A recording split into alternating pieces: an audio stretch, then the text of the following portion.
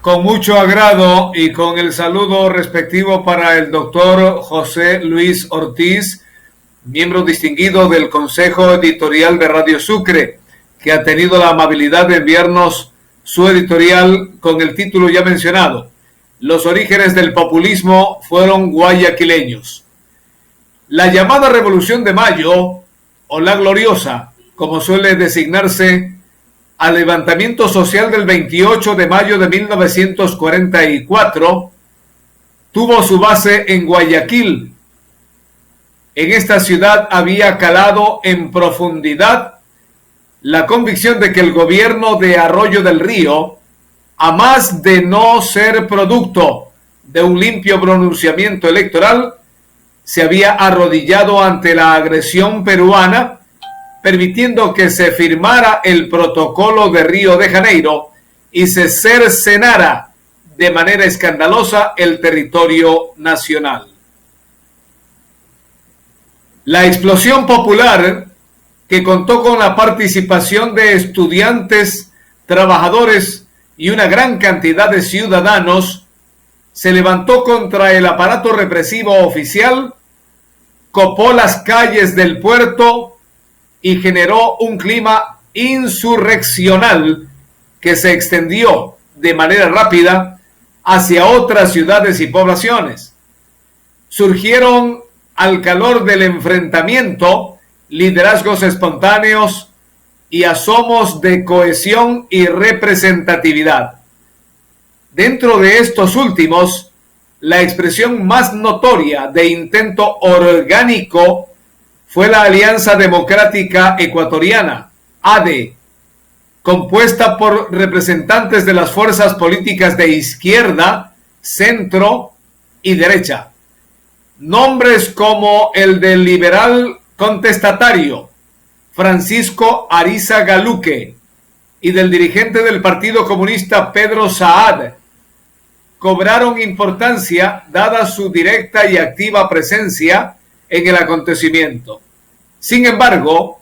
y al no existir un concreto planteamiento programático como alternativa a la remoción de Arroyo del Río, pesó el apabullante pronunciamiento de las masas y la sagaz actitud de personajes que, como el terrateniente serrano Julio Teodoro Salén,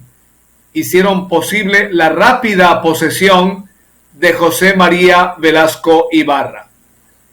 Este escenario, repleto de incertidumbres,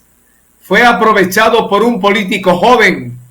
que proclamaba a los cuatro vientos y de manera histriónica, abriéndose la camisa, haber luchado en España por la República y contra la sublevación de Franco, y haber sufrido en su pecho el horror de la metralla fascista. Era Carlos Guevara Moreno,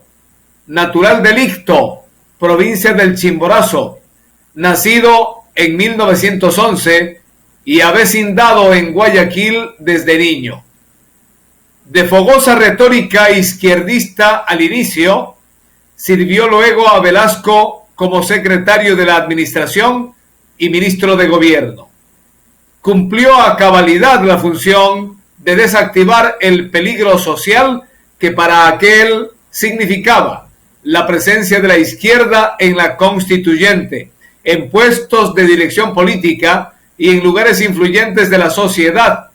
y además mediatizó a la derecha, que había fortalecido su imagen por medio de oradores magistrales y magnéticos como Manuel Elicio Flor, de la Asamblea Legislativa. Se forjó en el juego gris de la política, olvidando y reprimiendo a sus antiguos compañeros, y aprovechó su cercanía al caudillo para armar su propio partido político, Concentración de Fuerzas Populares, CFP, luego de haber tomado el liderazgo de la Unión Popular Republicana, la UPR, y haber logrado el incondicional apoyo económico del boyante empresario guayaquileño Simón Cañarte. Esta organización se levantó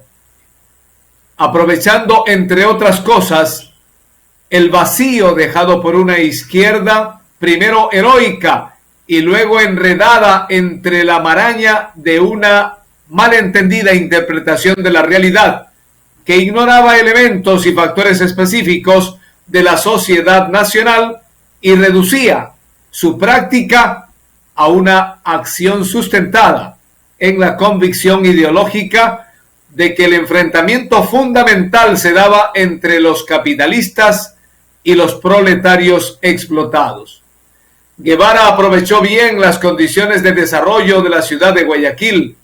intuyó con mucha sagacidad que sus nuevos habitantes no eran obreros sino cesantes de labores productivas debilitadas en el campo, y armó sus bases desde los barrios nacientes de la periferia de entonces, desde el suburbio, desde el barrio Garay. CFP se organizó más que como un partido, como una estructura piramidal de control central y en condiciones de movilizarse a partir de una confusa ideología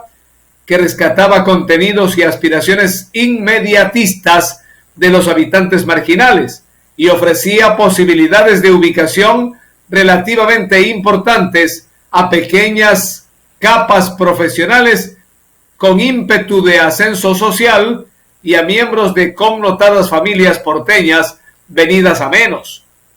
Guevara llegó a la alcaldía de Guayaquil en 1951 y participó en las elecciones presidenciales de 1956. Luego de ampliar su repercusión a algunas provincias de la costa en base a